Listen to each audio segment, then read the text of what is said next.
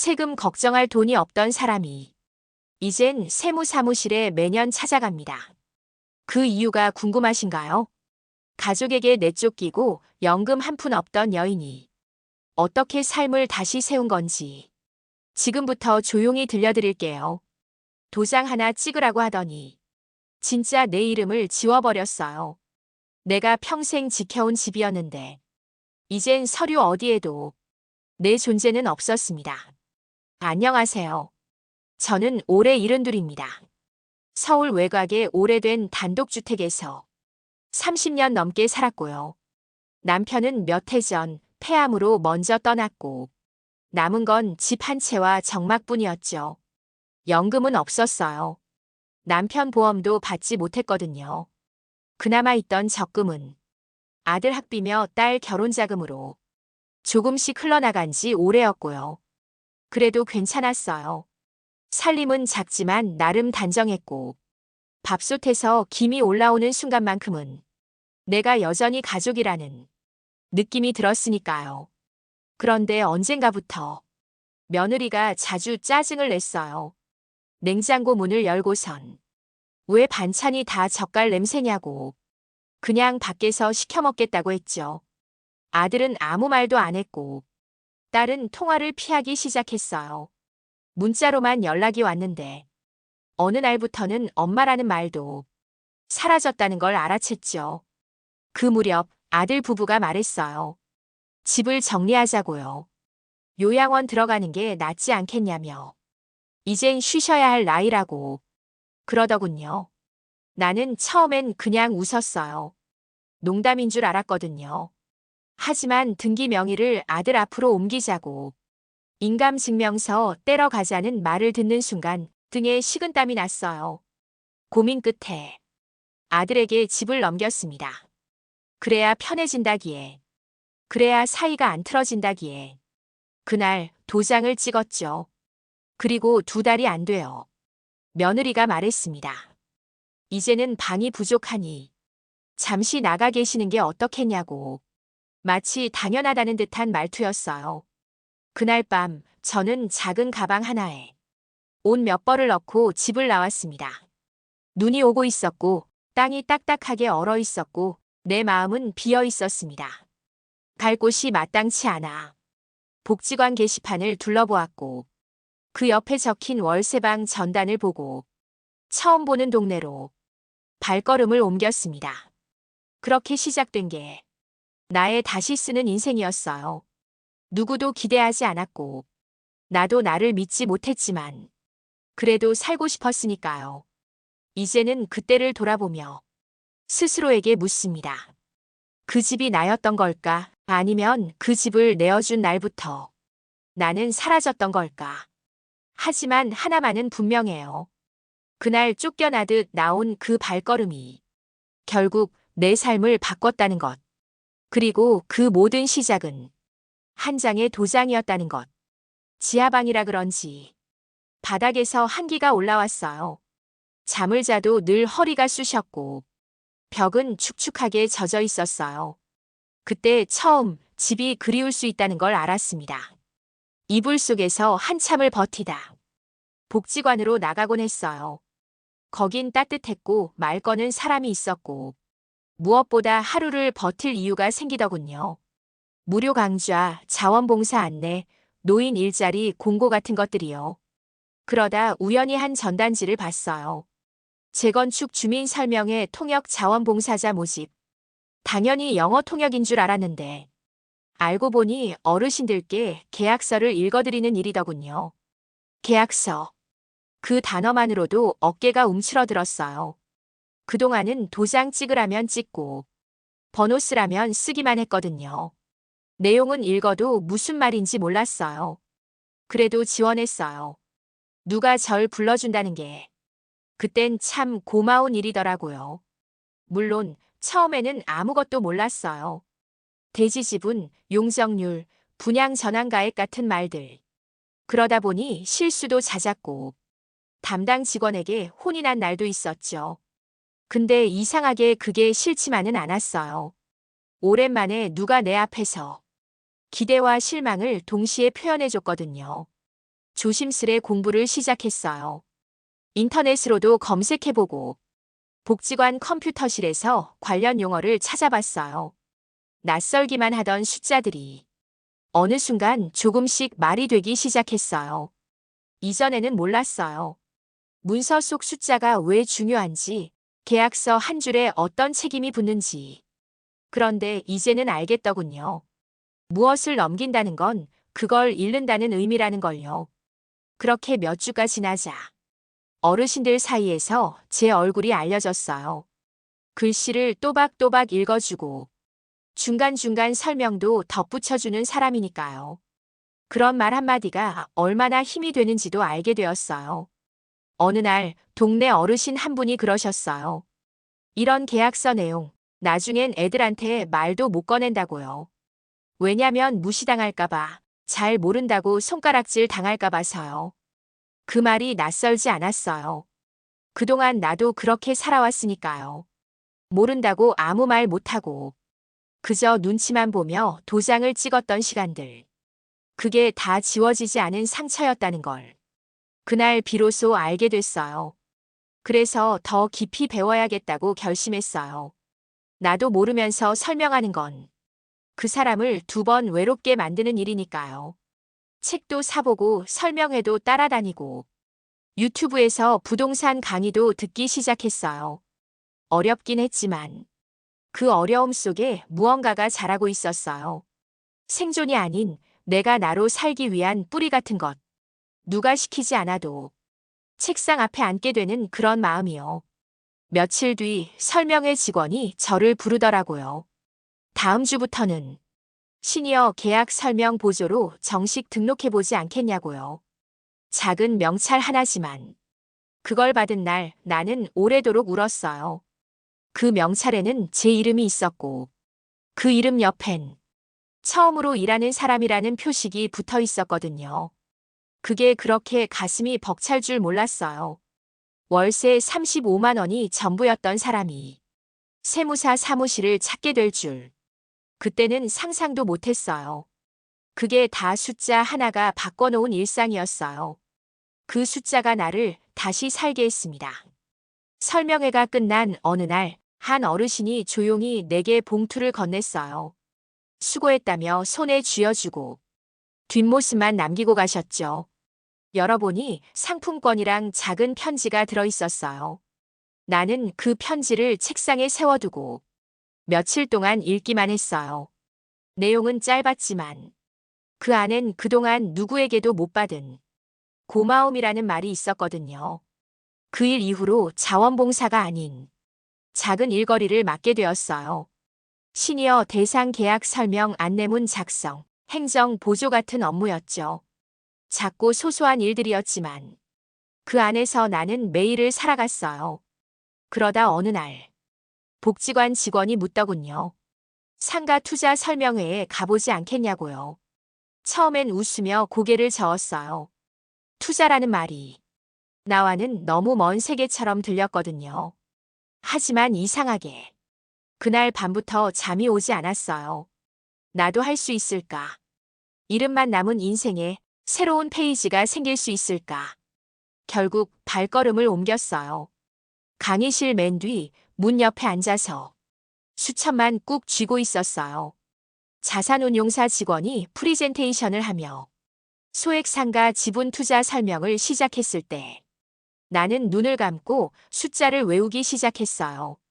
보증금, 월세, 관리비, 운영 수익률. 그 모든 게 낯설고 복잡했지만 그 중에 한 가지는 확실히 보였어요. 이건 내가 쫓겨났던 집 이야기와 결코 다르지 않다는 것.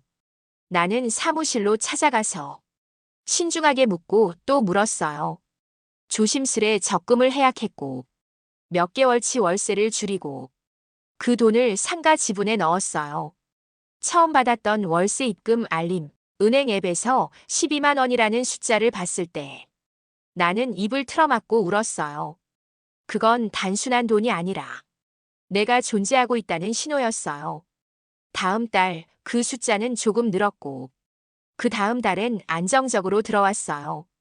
적은 돈이었지만 그건 내가 벌어들인 내 몫이었어요. 누가 나눠준 게 아니라 내가 선택하고 결정한 결과였으니까요. 그렇게 첫 3달이 지나자 나는 조용히 달력을 꺼내 수익 날짜를 체크하기 시작했어요. 숫자는 적었지만 내 삶을 조금씩 환하게 비추고 있었어요. 사람들이 말했어요. 노년엔 조용히 살아야 한다고. 움직이면 다친다고. 하지만 나는 말하고 싶어요. 가만히 있는 게 더 아팠다고. 살기 위해선 숫자라도 붙잡아야 했다고. 지금 나는 세무서에서 온 우편 봉투를 2손으로 조심스레 열고 있어요. 소득 신고를 하라는 안내장. 생전 처음 받아보는 낯선 종이. 하지만 그 낯설음이 이상하게 따뜻하게 느껴졌어요. 누가 나를 소득자로 부르고 어디선가 내 이름을 일하는 사람으로 기록했다는 것. 그게 참 오래도록 마음에 남았어요. 전화벨이 울렸을 때 나는 핸드폰을 들지 못했어요. 번호가 낯익었지만 그 안에 담긴 말들을 내가 감당할 수 있을지 자신이 없었어요. 계속 울리던 진동이 멈췄고 잠시 후 문자 한 줄이 도착했어요. 짧고 단순한 안부였지만 그 짧은 문장이 몇 해의 침묵을 뚫고 온 것 같았어요. 문자를 보낸 사람은 아들이었어요. 도장 하나 찍고 나서 단 한 번도 연락 없던 그 아이. 며느리도 딸도 그 누구도 내가 어떻게 사는지 묻지 않았던 시간들. 나는 답장을 쓰지 않았어요. 무엇부터 말해야 할지, 어떻게 표현해야 할지 생각하다가 결국 아무 말도 못했어요. 그건 미움이 아니라 단순히 말이 사라진 시간이었어요. 며칠 뒤 딸에게서도 연락이 왔어요. 할머니 제삿날이라며 올 수 있냐고 물었어요. 자식이 부른 자리에 어미가 가는 건 당연한 일이겠지만 이상하게 손이 움직이지 않았어요. 그날 저녁 거울을 봤어요. 예전보다 눈꼬리가 올라가 있었고 입가 주름이 깊어져 있었어요. 하지만 그 얼굴엔 두려움보단 단단함이 묻어 있었어요. 그 단단함은 누구에게도 빌리지 않은 삶이 만든 거였어요. 그동안 매달 들어온 월세, 계약서마다 직접 확인한 조건, 그리고 내 이름으로 찍힌 통장 잔고들. 자식들은 내가 여전히 어디선가 가만히 늙어가고 있을 거라 생각했겠죠. 하지만 나는 그 틈에서 조용히 다시 살아내고 있었어요. 문득 이런 생각이 들었어요. 내가 그 집을 나올 때 자식들은 가족을 떠난 줄 알았을까? 아니면 귀찮음을 정리한 줄 알았을까?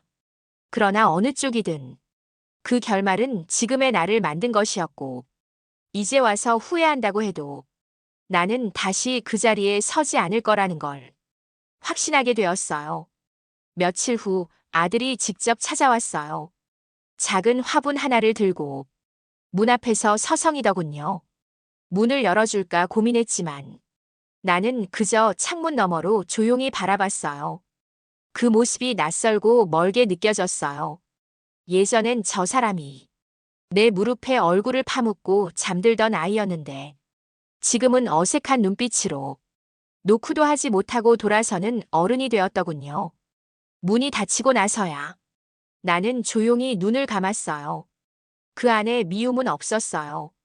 그저 시간이라는 벽이 너무 높아져 버렸다는 실감뿐이었어요. 밤이 깊어졌고 방 안엔 조용한 히터 소리만 들렸어요. 나는 책상 위 통장을 꺼내 숫자들을 하나씩 다시 세어보았어요. 그 숫자들은 나를 증명해주는 유일한 언어였고 더는 누구의 허락 없이도 내가 내 삶을 결정할 수 있게 해주는 확실한 증거였어요. 전화벨이 울렸을 때 나는 핸드폰을 들지 못했어요. 번호가 낯익었지만 그 안에 담긴 말들을 내가 감당할 수 있을지 자신이 없었어요. 계속 울리던 진동이 멈췄고 잠시 후 문자 한 줄이 도착했어요. 짧고 단순한 안부였지만 그 짧은 문장이 몇 해의 침묵을 뚫고 온 것 같았어요. 문자를 보낸 사람은 아들이었어요. 도장 하나 찍고 나서 단 한 번도 연락 없던 그 아이.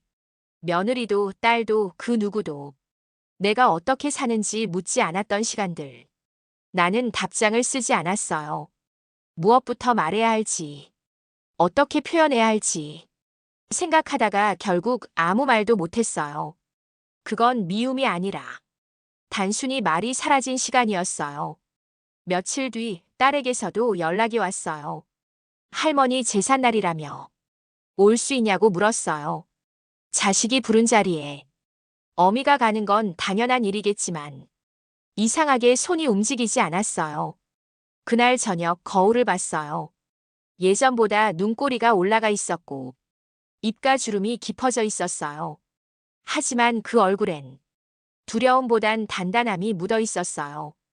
그 단단함은 누구에게도 빌리지 않은 삶이 만든 거였어요. 그동안 매달 들어온 월세, 계약서마다 직접 확인한 조건, 그리고 내 이름으로 찍힌 통장 잔고들. 자식들은 내가 여전히 어디선가 가만히 늙어가고 있을 거라 생각했겠죠. 하지만 나는 그 틈에서 조용히 다시 살아내고 있었어요. 문득 이런 생각이 들었어요. 내가 그 집을 나올 때 자식들은 가족을 떠난 줄 알았을까? 아니면 귀찮음을 정리한 줄 알았을까? 그러나 어느 쪽이든 그 결말은 지금의 나를 만든 것이었고, 이제 와서 후회한다고 해도 나는 다시 그 자리에 서지 않을 거라는 걸 확신하게 되었어요. 며칠 후 아들이 직접 찾아왔어요. 작은 화분 하나를 들고 문 앞에서 서성이더군요. 문을 열어줄까 고민했지만 나는 그저 창문 너머로 조용히 바라봤어요. 그 모습이 낯설고 멀게 느껴졌어요. 예전엔 저 사람이 내 무릎에 얼굴을 파묻고 잠들던 아이였는데 지금은 어색한 눈빛으로 노크도 하지 못하고 돌아서는 어른이 되었더군요. 문이 닫히고 나서야 나는 조용히 눈을 감았어요. 그 안에 미움은 없었어요. 그저 시간이라는 벽이 너무 높아져 버렸다는 실감뿐이었어요. 밤이 깊어졌고 방 안엔 조용한 히터 소리만 들렸어요. 나는 책상 위 통장을 꺼내 숫자들을 하나씩 다시 세어보았어요. 그 숫자들은 나를 증명해주는 유일한 언어였고, 더는 누구의 허락 없이도 내가 내 삶을 결정할 수 있게 해주는 확실한 증거였어요. 등기부등본에 내 이름이 없었던 날, 나는 사람 취급을 받지 못했어요. 가족이라는 울타리에서 밀려나고 문서 한 줄에서도 나는 지워진 존재가 되었던 거죠. 하지만 지금 나는 다시 서류에 이름을 적고 있어요. 이젠 누구의 허락도 필요 없이 내가 결정하고 내가 책임지는 삶입니다. 그날은 햇살이 따뜻했어요. 복지관 게시판에 붙은 안내문을 보다가 고령자 창업 지원 강의가 열린다는 걸 알게 되었죠. 한때는 상상도 못했던 말, 창업. 하지만 지금은 낯설지 않았어요. 강의실에 앉은 사람들 얼굴을 보며 나는 생각했어요. 여기에 오는 사람들은 단지 돈을 벌고 싶어서가 아니라 무시당하지 않으려는 사람들일 거라고요. 작은 상가 지분으로 받은 월세는 생활비보다 의미가 컸어요. 누가 내게도 월 수입이 생긴다는 걸 처음엔 믿지 못했어요. 그래서 일부러 통장을 여러 번 확인했죠. 그 돈은 커피 한 잔, 식사 한 끼가 아니라 내가 여전히 쓰이고 있다는 증거였어요. 쓸모가 있다는 감각은 생각보다 사람을 오래 살게 만들더군요. 그게 사람이 받는 가장 큰 연금인지도 몰라요. 그 돈으로 작은 스터디 공간을 빌렸어요. 매주 한 번 계약서와 부동산 용어를 함께 공부하는 모임을 만들었죠. 혼자 끙끙 앓던 시절을 떠올리며 누군가에게는 길잡이가 되고 싶었어요. 처음엔 두세 명이었어요. 모두 60대 이상, 나처럼 도장을 찍고 나서 후회했던 사람들. 그들의 사연은 다르지만 느낌은 하나였어요. 내 이름이 사라졌었다는 것. 나는 칠판 대신 A 사용지에 한 줄 한 줄 단어를 적어 설명했어요. 보증금이 무엇인지, 환산 보증금이라는 게 왜 중요한지. 어려워도 끝까지 읽고 쓰는 연습을 했죠. 그 공간에 앉아 있는 시간이 세상에서 제일 조용하면서도 제일 큰 울림이 있는 시간이었어요. 누구도 큰 소리 내지 않았지만 다들 눈빛 하나로 서로를 응원했어요. 그리고 어느 날 한 참여자가 말했어요. 이런 내용이 책으로 있으면 더 많은 사람들이 이걸 혼자서라도 배울 수 있을 것 같다고. 그 말이 머릿속을 떠나지 않았어요. 한글도 늦게 배운 내가 과연 책이라는 걸 쓸 수 있을까? 하지만 이미 나는 불가능했던 것들 속에서 살아온 사람이었으니까요. 밤마다 노트북을 켜고 짧게 글을 적기 시작했어요. 처음 배운 용어, 혼자 울면서 읽었던 계약서, 그리고 도장을 찍고 돌아서던 그 골목까지. 글자는 서툴렀지만 마음만큼은 단단하게 적었어요. 누구에게도 설명하지 못했던 시간들, 이제는 꺼내놓을 수 있을 것 같았어요. 숨기지 않아도 되는 나로 살아가고 싶었으니까요. 이제 나는 다시 내 이름으로 계약서를 쓰고, 다시 내 이름으로 책을 준비하며, 다시 내 이름으로 살아갑니다. 이름을 다시 불러주는 사람이 없다는 걸 알게 됐을 때 나는 소리 없이 울었어요. 사람은 이름으로 살아가고 이름으로 사라지는 존재더군요. 책 원고의 첫 문장을 쓰면서 나는 오랫동안 고민했어요. 누구에게 건네는 말이어야 할까? 자식일까? 과거의 나일까? 아니면 아직도 침묵 중인 누군가일까? 글을 쓰면 마음이 편해질 줄 알았어요. 그런데 한 줄 한 줄 적을수록 내 안에 남은 것들이 많다는 걸 알게 되었어요.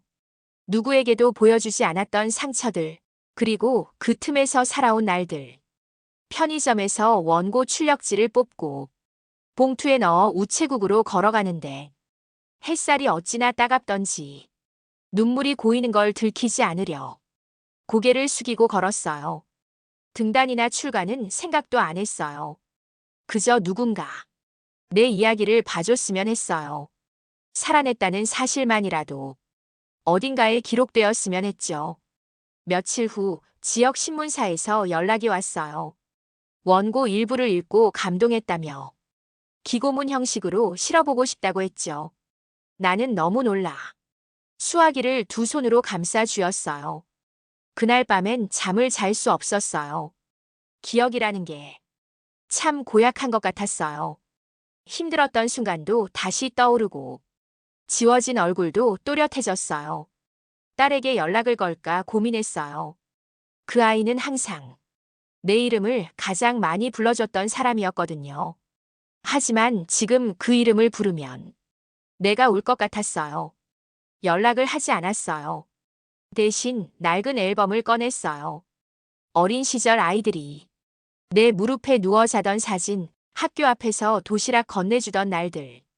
그 모든 순간이 한 사람의 이름 아래 있었더군요. 그 이름이 지워진 뒤 나는 그렇게 오래도록 나 자신을 잃은 채 살아왔던 거였어요. 신문에 실린 글을 보고 복지관에서 박수를 쳐주었어요. 한 할머니가 내 어깨를 잡고 말했어요. 그 글을 읽고 자기도 이제는 글을 써보고 싶다고. 그 말이 어찌나 고맙던지. 나는 잠시 화장실로 가서 거울 앞에서 눈을 감았어요. 울음이 아닌 떨림을 다스리는 법을 그제야 조금 알겠더군요. 사람은 누군가에게 다시 이름을 불릴 수 있을 때 비로소 다시 살아난다고 믿어요. 지금 나는 매주 신문 지면에 이름 석자를 새기고 있어요. 그 이름을 누구도 함부로 지우지 못하도록 나는 오늘도 한 줄씩 써 내려갑니다. 이름을 다시 불러주는 사람이 없다는 걸 알게 됐을 때 나는 소리 없이 울었어요. 사람은 이름으로 살아가고 이름으로 사라지는 존재더군요. 책 원고의 첫 문장을 쓰면서 나는 오랫동안 고민했어요. 누구에게 건네는 말이어야 할까? 자식일까? 과거의 나일까? 아니면 아직도 침묵 중인 누군가일까? 글을 쓰면 마음이 편해질 줄 알았어요. 그런데 한 줄 한 줄 적을수록 내 안에 남은 것들이 많다는 걸 알게 되었어요. 누구에게도 보여주지 않았던 상처들, 그리고 그 틈에서 살아온 날들.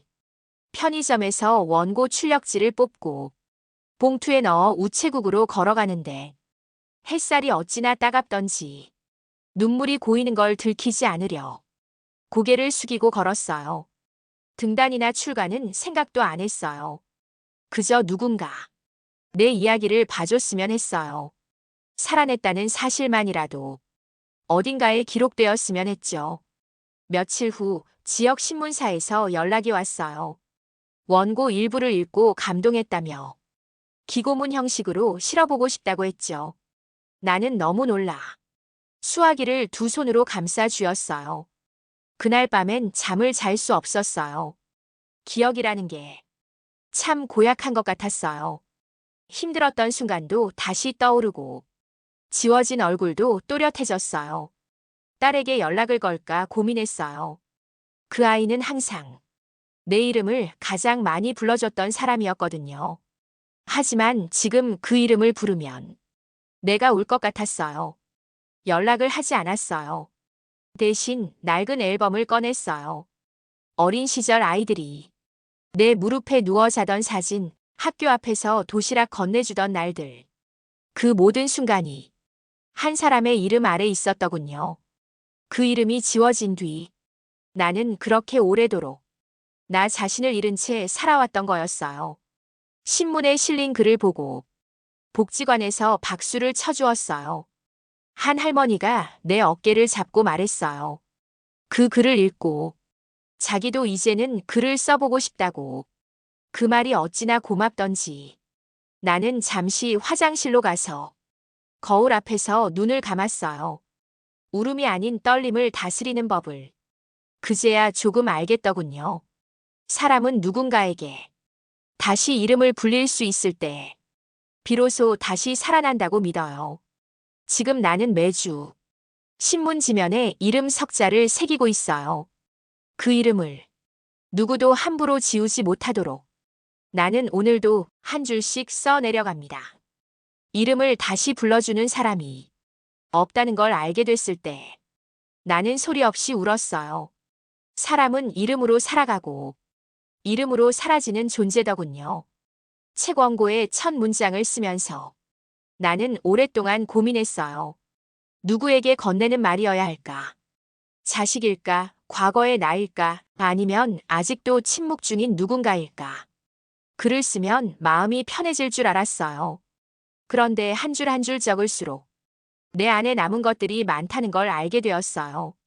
누구에게도 보여주지 않았던 상처들, 그리고 그 틈에서 살아온 날들. 편의점에서 원고 출력지를 뽑고 봉투에 넣어 우체국으로 걸어가는데 햇살이 어찌나 따갑던지 눈물이 고이는 걸 들키지 않으려 고개를 숙이고 걸었어요. 등단이나 출가는 생각도 안 했어요. 그저 누군가 내 이야기를 봐줬으면 했어요. 살아냈다는 사실만이라도 어딘가에 기록되었으면 했죠. 며칠 후 지역 신문사에서 연락이 왔어요. 원고 일부를 읽고 감동했다며 기고문 형식으로 실어보고 싶다고 했죠. 나는 너무 놀라 수화기를 두 손으로 감싸 쥐었어요. 그날 밤엔 잠을 잘 수 없었어요. 기억이라는 게 참 고약한 것 같았어요. 힘들었던 순간도 다시 떠오르고 지워진 얼굴도 또렷해졌어요. 딸에게 연락을 걸까 고민했어요. 그 아이는 항상 내 이름을 가장 많이 불러줬던 사람이었거든요. 하지만 지금 그 이름을 부르면 내가 울 것 같았어요. 연락을 하지 않았어요. 대신 낡은 앨범을 꺼냈어요. 어린 시절 아이들이 내 무릎에 누워 자던 사진, 학교 앞에서 도시락 건네주던 날들. 그 모든 순간이 한 사람의 이름 아래 있었더군요. 그 이름이 지워진 뒤 나는 그렇게 오래도록 나 자신을 잃은 채 살아왔던 거였어요. 신문에 실린 글을 보고 복지관에서 박수를 쳐주었어요. 한 할머니가 내 어깨를 잡고 말했어요. 그 글을 읽고 자기도 이제는 글을 써보고 싶다고. 그 말이 어찌나 고맙던지. 나는 잠시 화장실로 가서 거울 앞에서 눈을 감았어요. 울음이 아닌 떨림을 다스리는 법을. 그제야 조금 알겠더군요. 사람은 누군가에게 다시 이름을 불릴 수 있을 때 비로소 다시 살아난다고 믿어요. 지금 나는 매주 신문 지면에 이름 석자를 새기고 있어요. 그 이름을 누구도 함부로 지우지 못하도록 나는 오늘도 한 줄씩 써 내려갑니다. 연금 하나 없이 쫓겨났던 사람이 이젠 세무서에 불려가고 있어요. 소득 신고 누락 우려라는 안내장을 받아들고 작은 사무실 앞에 조심스레 줄을 서 있었어요. 옆자리엔 건물 두 채 가진 어르신이 앉아 있었고 다음 순번엔 온라인 쇼핑몰을 운영하는 30대 청년도 있었어요. 그 사이에 낀 나는 괜히 어깨를 낮추고 앉았죠. 하지만 상담이 시작되고 내 이름이 불리우는 순간 나는 작게 숨을 들이마셨습니다. 이젠 주눅들지 않기로 했거든요. 내가 버틴 시간과 쌓아 올린 숫자에 떳떳하고 싶었어요. 직원은 조심스레 물었어요. 월세 수입 내역을 확인하고 신고 기준을 안내해줬죠. 나는 노트북을 꺼내 거래 내역과 계약서를 하나씩 보여줬어요. 그제야 그 직원이 내게 고개를 끄덕였어요. 처음엔 노년 여성의 단순 임대 수입이라 별 기대를 안 했던 표정이었죠. 하지만 서류를 다 본 뒤엔 다시 태도를 가다듬었어요. 그 순간 나는 내가 진짜 사업자가 된 것 같았어요. 큰 건물도 아니고 거창한 매출도 아니지만 내가 관리하고 내가 결정한 결과물. 그게 바로 내 삶의 수익이었으니까요. 상담이 끝나고 세무서 앞 카페에 앉았어요. 창밖에 흐르던 사람들 틈에서 문득 예전 내 모습이 보였어요. 도장 하나 찍고 쫓겨나던 날 눈만 깜빡이며 한마디도 하지 못했던 그 여자가 이제는 세무 상담을 받고 있었어요. 커피 한 모금 넘기며 가만히 웃었어요. 작지만 분명한 변화. 나는 그걸 증명이라고 부르기로 했어요. 그동안은 누군가의 엄마, 아내 혹은 손님이었고 내 이름은 늘 부차적인 거였어요. 하지만 지금은 계산서에도 신고서에도 그 어떤 서류에도 내 이름이 가장 먼저 쓰이더군요. 돌아오는 길 문자 하나가 도착했어요. 딸이 보낸 짧은 메시지였죠. 얼마 전 신문에서 내 글을 읽었다며 집에서 이야기 나눠보자고요. 나는 답장을 늦게 보냈어요. 고맙다는 말을 쓰기까지 3번쯤 지웠다 썼다를 반복했어요. 그리고 마지막엔 이렇게 남겼어요. 다음엔 너희 이름으로 책을 내보렴. 작은 방에 돌아와 서랍 속 봉투들을 다시 정리했어요. 임대 계약서, 세금 납부 영수증, 그리고 신문에 실린 내 글 복사본들. 그건 단순한 종이가 아니라 내가 살아낸 증거들이었어요.